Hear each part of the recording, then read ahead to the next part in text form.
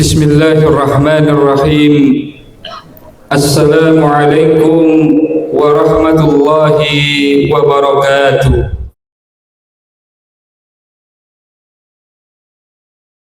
Allahu Akbar, Allahu Akbar, Allahu Akbar. La ilaha illallah, Allahu Akbar, walillahil hamd. Innal hamdalillah nahmaduhu wa nasta'inuhu wa nastaghfiruh wa na'udzu billahi min shururi anfusina wa min sayyiati a'malina. Man yahdihillahu fala mudilla lahu wa man yudlil fala hadiya lahu. Asyhadu an la ilaha illallah wahdahu la syarika lahu wa asyhadu anna Muhammadan 'abduhu wa rasuluhu la nabiyya wa rasula ba'dahu. Allahumma inna nas'aluka al-'afwa wal 'afiyah fid dunya wal akhirah. Allahumma inna nas'aluka al-'afwa wal 'afiyah fi ahlina wa malina. Allahumma astur awratina wa 'amir rawatina. Allahumma ihfadna min bayni yadayna wa min khalfina wa 'an yaminina wa 'an shimalina wa min fawqina wa an uhtala min tahtina. Allahu Akbar, Allahu Akbar, Allahu Akbar. La ilaha illallah, Allahu Akbar, walillahil hamd. Faya ibadallah, usikum wa iyaya bitaqwallah faqad fazal muttaqun. Wa qad qala Allah ta'ala fi kitabil karim, a'udzu billahi minasy syaithanir rajim. Ya ayyuhalladzina amanu ittaqullaha haqqa tuqatih wa la tamutunna illa wa antum muslimun. Wa qala aidan walitukmilul iddata walitukabbirullaha ala ma hadakum wa la'allakum tashkurun. Wa idza sa'alaka ibadi anni fa inni qarib ujibu da'watad da'i idza da'an falyastajibu li wal yu'minu bi la'allahum yarshudun. Shadaqallahul azim. Allahu Akbar, Allahu Akbar, Allahu Akbar. La ilaha illallah, Allahu Akbar, walillahil hamd. Ma'asyiral muslimin, jamaah salat Idul Fitri yang dirahmati oleh Allah. Pertama dan yang paling utama, mari kita panjatkan rasa syukur kita kehadirat Allah Subhanahu wa taala, yang mana di pagi yang cerah ini, di pagi yang sejuk ini, kita bisa melaksanakan yaitu sholat Idul Fitri, sholat hari raya yang disunnahkan oleh Rasulullah sallallahu alaihi wasallam setelah 1 bulan lamanya kita melaksanakan bulan suci Ramadan, dan kita akhiri dengan hari raya Idul Fitri. Mudah-mudahan Allah Subhanahu wa taala menerima amal ibadah kita selama kita menjalankan puasa di bulan suci Ramadan, dan kita kembali al-aud ila surur, kita kembali kepada kegembiraan dan fitrah kita sebagai hamba-hamba Allah Subhanahu wa taala yang mentauhidkan diri untuk Allah Subhanahu wa taala. Allahu Akbar, Allahu Akbar, Allahu Akbar. La ilaha illallah, Allahu Akbar, walillahil hamd. Masyaallah muslimin, jamaah salat Idul Fitri yang dirahmati oleh Allah. Orang yang berpuasa sebagaimana yang disampaikan oleh Profesor Dr. Hisam Kamil Hamid Musa selaku muallim di Al-Azhar University di Kairo, beliau menyampaikan bahwa derajat orang yang berpuasa itu tidak lain ada 3 derajat.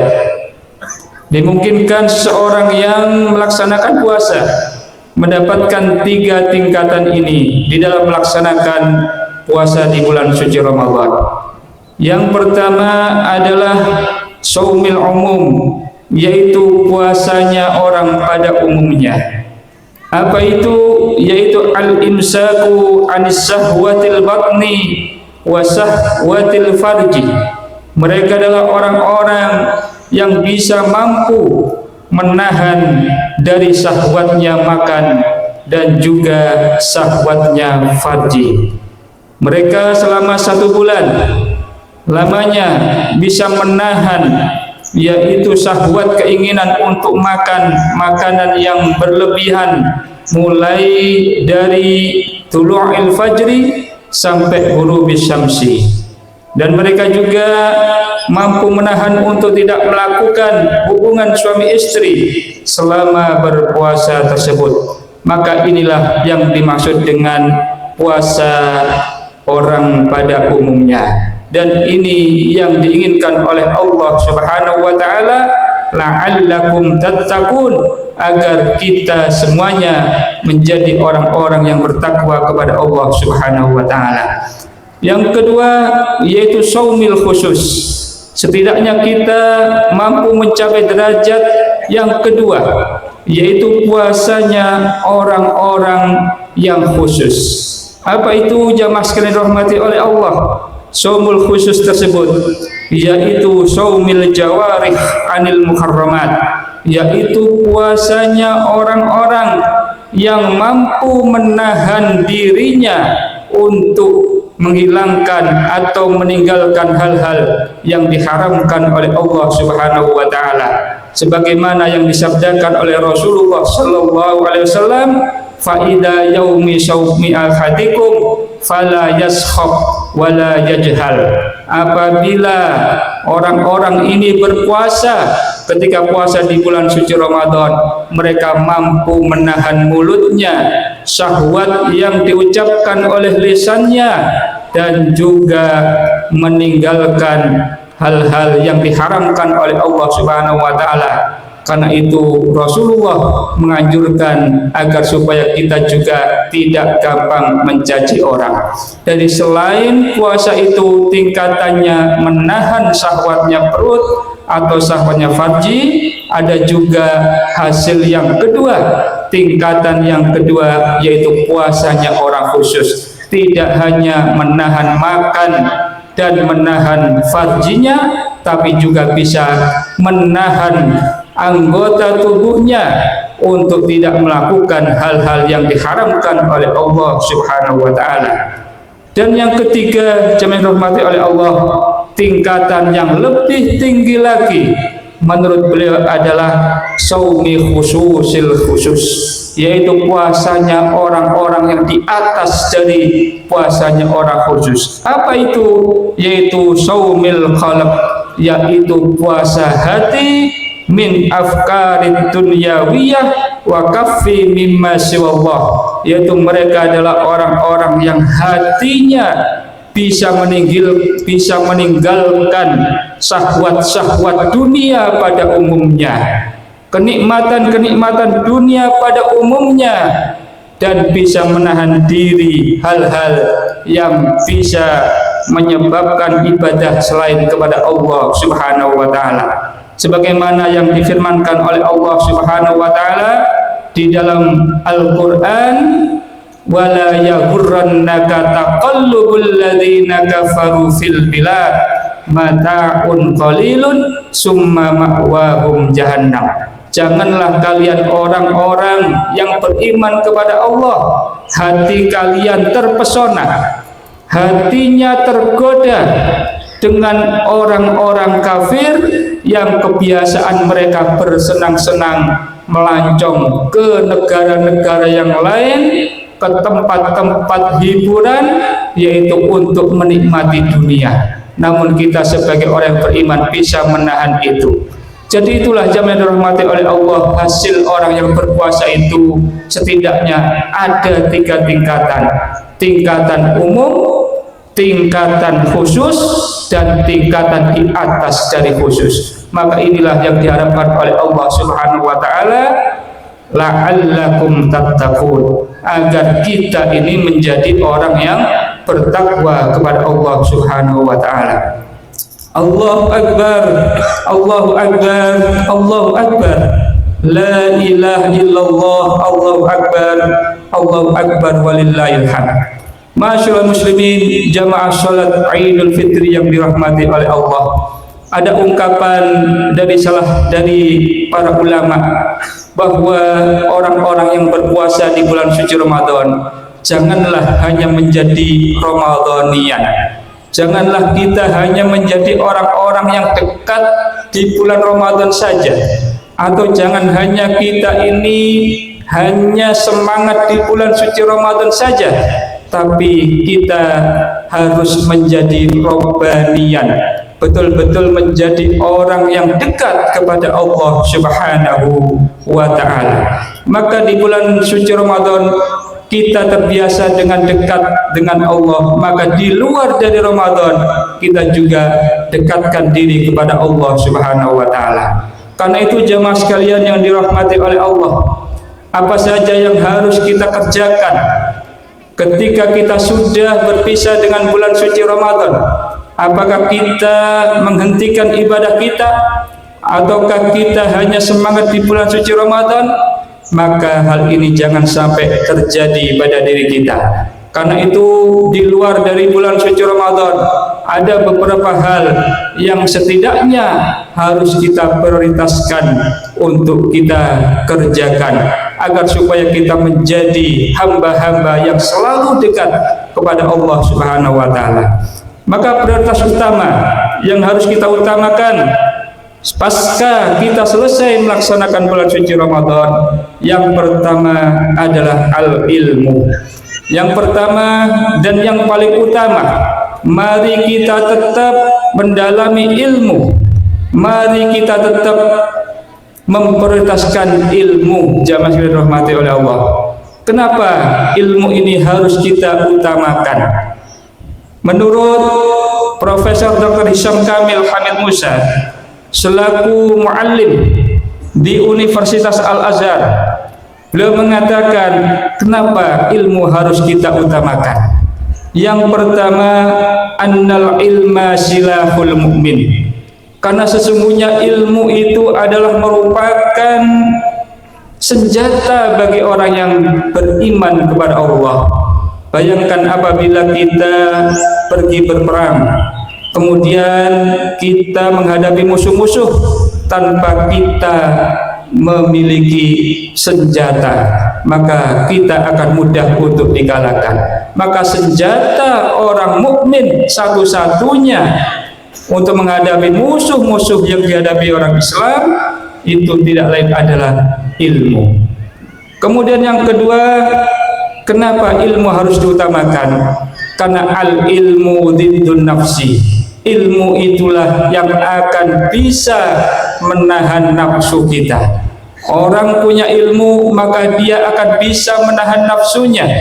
Sebaliknya orang yang tidak memiliki, orang yang selalu menuruti hawa nafsunya, tanda dia adalah orang yang tidak memiliki ilmu. Kemudian yang ketiga, jamaah dirahmati oleh Allah, kenapa ilmu harus selalu kita utamakan? Karena al-ilmu diddus syaitan. Ilmu itu yang bisa melawan dari setan. Setan hanya bisa dikalahkan dengan ilmu. Hal ini sebagaimana yang disampaikan oleh Allah Subhanahu wa taala di dalam awal dari surat Al-Baqarah, wa 'allama Adamal asma'a kullaha summa aradahum 'alal malaikah. Allah Subhanahu wa taala memberikan ilmu kepada Nabi Adam semua dari ilmu-ilmu yang ada di dunia ini. Nama-nama, teori-teori semuanya diajarkan kepada Nabi Adam, sementara tidak diajarkan kepada malaikat maupun setan. Ini yang kemudian bisa menyelamatkan Nabi Adam dari perangkap setan. Setelah Nabi Adam terjerumus oleh godaan setan, Adam pun diselamatkan oleh Allah Subhanahu wa taala dengan ilmunya. Wa talaqqa Adamu mir rabbi kalimatin fataba alaihi. Setelah Adam terjerumus di sebuah godaan setan, namun demikian Adam tetap diselamatkan oleh Allah dengan ilmunya, yaitu dengan diberikannya ilmu taubat. Inilah yang menyebabkan Adam menang dari godaan setan. Kemudian yang menarik, kenapa ilmu ini harus kita utamakan? Al ilmu nurullah. Karena sesungguhnya ilmu itu adalah cahaya dari Allah Subhanahu wa taala. Ilmu adalah penerang kehidupan. Wa faddalahu ala man yasha, dan cahaya ini hanya diberikan kepada orang-orang yang dikehendaki oleh Allah min ibadihi, dari hamba-hambanya. Kita semuanya bisa pergi ke tempat ini, melaksanakan sholat id, bertakbir dan bertahmid dan bersyukur, itu adalah karena ilmu. Hal itu sebagaimana yang difirmankan oleh Allah di dalam surat Az-Zumar ayat 9. Allah Subhanahu wa taala berfirman, amman huwa qanitun ana al-laili sajidan wa qa'ima yahdarul akhirah wa yarju rahmata rabbi qul hal yastawil ladzina ya'lamuna wal ladzina la ya'lamun innama yatadzakkaru ulul albab. Sesungguhnya orang-orang yang melaksanakan ibadah di malam hari, mereka sujud dan kemudian sholat, mereka mengharap pahala dari akhirat, mengharap pahala Allah Subhanahu wa taala dan rahmat Allah, tidak lain adalah innama yatadzakkaru ulul albab, karena mereka adalah orang-orang yang berilmu. Kita semuanya bisa melaksanakan sholat qiyamul lail selama 1 bulan lamanya di bulan Ramadan, kemudian kita pergi ke lapangan untuk melaksanakan sholat id. Semuanya ini hanya dilakukan oleh ulul albab, yaitu orang-orang yang mempunyai ilmu. Karena itu Allah mengatakan la yastawil ladzina hal yastawil ladzina ya'lamuna wal ladzina la ya'lamun. Tidak sama orang yang memiliki ilmu dan yang tidak memiliki ilmu. Alhamdulillah, Allah Subhanahu wa taala telah menjadikan kita sebagai orang-orang yang berilmu, sehingga kita bisa selalu ingat kepada Allah dengan sholat kita, puasa kita, dan ibadah-ibadah yang lain. Karena itu jamaah dirahmati oleh Allah, agar Allah Subhanahu wa taala selalu memberikan ilmu kepada kita, agar selalu menambah ilmu-ilmu kepada kita, maka kita pun harus memperhatikan adab-adab kita di dalam menuntut ilmu itu. Bagaimana caranya agar supaya ilmu itu selalu bertambah? Maka ada beberapa adab-adab, kunci-kunci dalam Al-Quran yang disampaikan oleh Allah maupun Rasulullah Sallallahu Alaihi Wasallam. Yang pertama yang kami sebutkan sini adalah ayyak sudah ridallah. Marilah kita di dalam menuntut ilmu itu tidak lain adalah mencari ridho Allah. Kita datang mendengarkan tausiah ini, kita datang ke sini untuk mendengarkan, yaitu khotib berceramah, yang dimana dengan tausiah itu menanamkan yaitu benih-benih keimanan. Maka kita dasari itu semuanya adalah untuk mencari ridho Allah Subhanahu wa taala. Maka insya Allah Allah akan menambahkan ilmu kepada kita. Kemudian yang kedua yaitu alla yaksuda bi ilmihi ad-dunya. Jangan sampai kita di dalam menuntut ilmu apapun, baik itu dalam sekolah, pesantren, atau ilmu-ilmu yang lain, jangan sampai kita niatkan untuk mencari dunia. Lantas untuk apa kita mencari ilmu? Ilmu kita cari tidak lain adalah untuk berkhidmat kepada manusia. Kita niatkan ilmu yang kita cari, kita sekolah ke kedokteran, kita sekolah ke teknik bahasa dan lain semuanya, kita niatkan itu semuanya adalah untuk mengabdi kepada agama ini. Insya Allah ilmu kita akan barokah dan dunia itu akan mengikuti kita. Rizki itu akan selalu digandeng oleh Allah Subhanahu wa Ta'ala, yaitu dengan keikhlasan. Kemudian yang ketiga, jamaah dirahmati oleh Allah, di dalam menuntut ilmu penting bagi kita, yaitu antakhallaqa bil mahasinis syar'iyyah wal bu'di anis sifatil qabihah. Di dalam mendengarkan ilmu, mendengarkan tausiah, maka sebaiknya kita berbusana, berakhlak dengan akhlak yang baik, dengan berbaju, ya, berbusana, mengenakan baju-baju yang baik, baju-baju yang syar'i. Karena itu diantara dari sunnah di dalam menghadiri khutbah, baik itu Jumatan ataupun Idul Fitri, kita dianjurkan memakai baju yang terbaik yang kita miliki. Ini adalah termasuk adab yang baik yang disunahkan di dalam agama kita untuk menuntut ilmu. Insya Allah ilmu yang kita dapatkan akan bermanfaat. Kemudian yang keempat adalah al-khirsu ala ta'lim, yaitu mari kita selalu semangat untuk mendengarkan ilmu. Mari kita bersungguh-sungguh di dalam mendengarkan ilmu.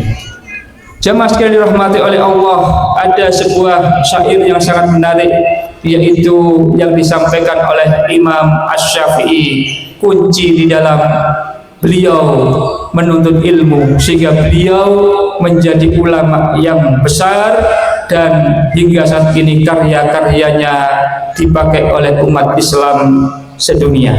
Beliau mengatakan, akhi lan tanalul ilma illa bisittatin. Wahai saudara-saudaraku, kalian tidak akan bisa mendapatkan ilmu kecuali dengan 6 hal.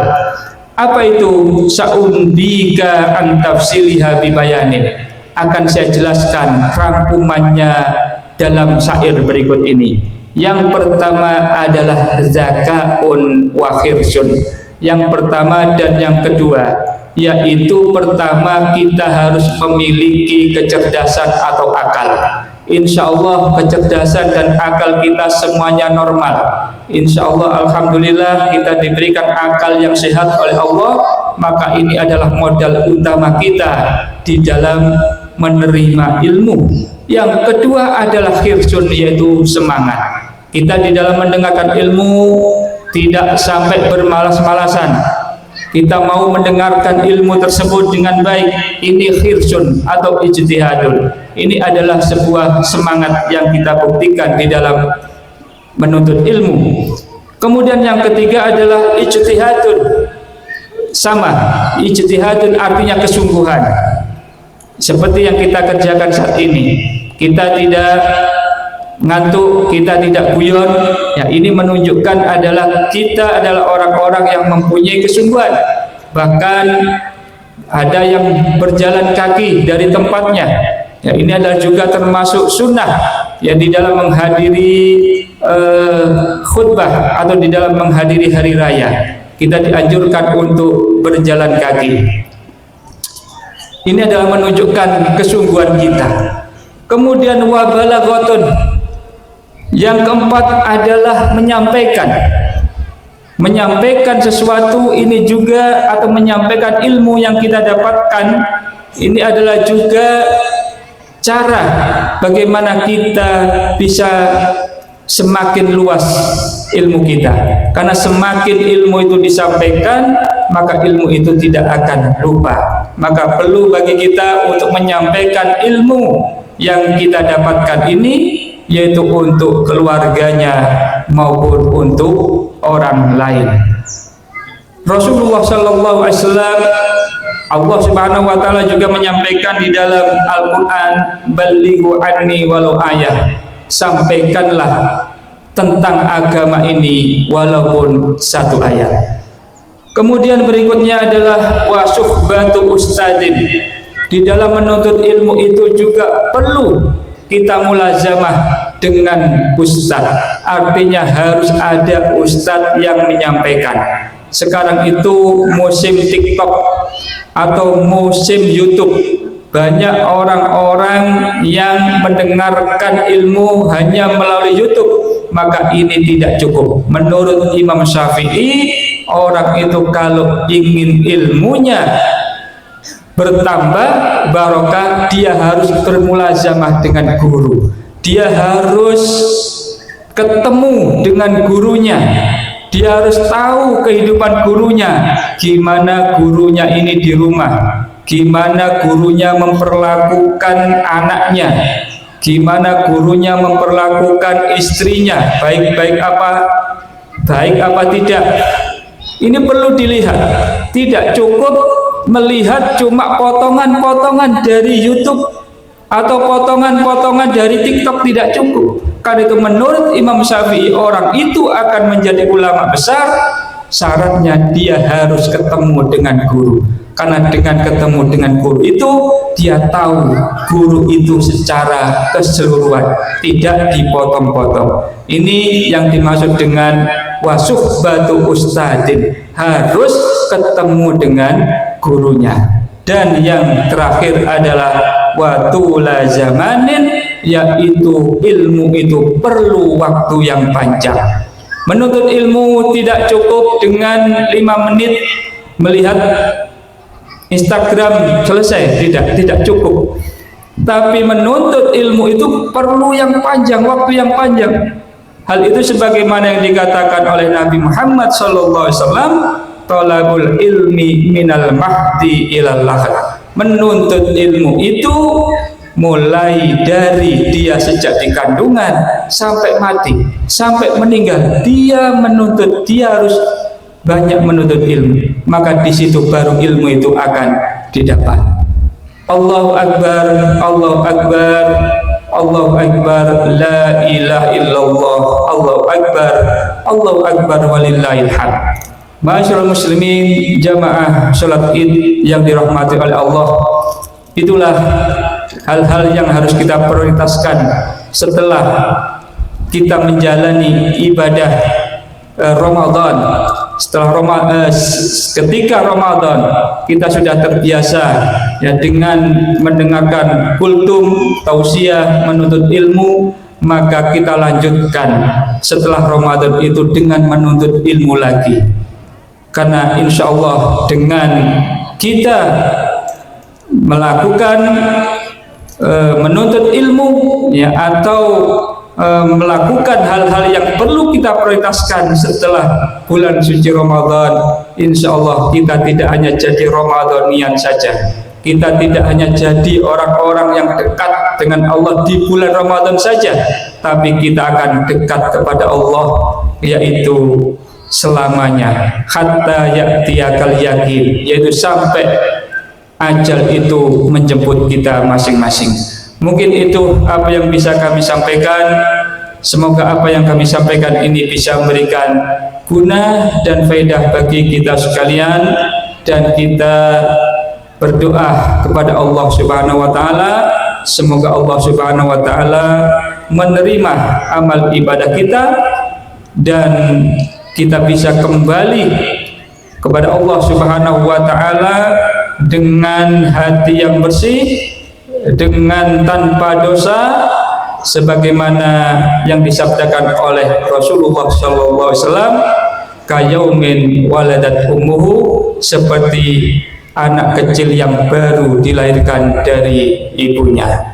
Innallaha wa malaikatahu yusholluna 'alan nabi ya ayyuhalladzina amanu shallu 'alaihi wa sallimu taslima. Allahumma sholli ala Muhammad wa ala alihi wa ashabihi ajmain. Allahumma ighfir lil muslimina wal muslimat wal mu'minina wal mu'minat al ahya'i minhum wal amwat wa ya qadil hajat wa ya mujibad da'wat istajib du'ana. Allahumma la tada' lana dhanban illa ghafartah, wa la hamman illa farastah, wa la maridan illa syafaitah. Allahumma ij'al jam'ana hadha tajam'an marhumah, waj'al tafarruqana min ba'dihi tafarruqan ma'sumah, wa la taj'al fina wa la haulana syaqiyan wa la mahrumah. Allahumma arzuqna ilman nafi'ah wa rizqan wasi'a wa shifaan min kulli da'. Rabbana atina fid dunya hasanah wa fil akhirati hasanah wa qina adzabannar. Wa sallallahu ala nabiyyina Muhammad wa ala alihi wa ashabihi ajma'in. Wa akhiru da'wana anil hamdulillahi rabbil alamin. Wassalamualaikum warahmatullahi wabarakatuh.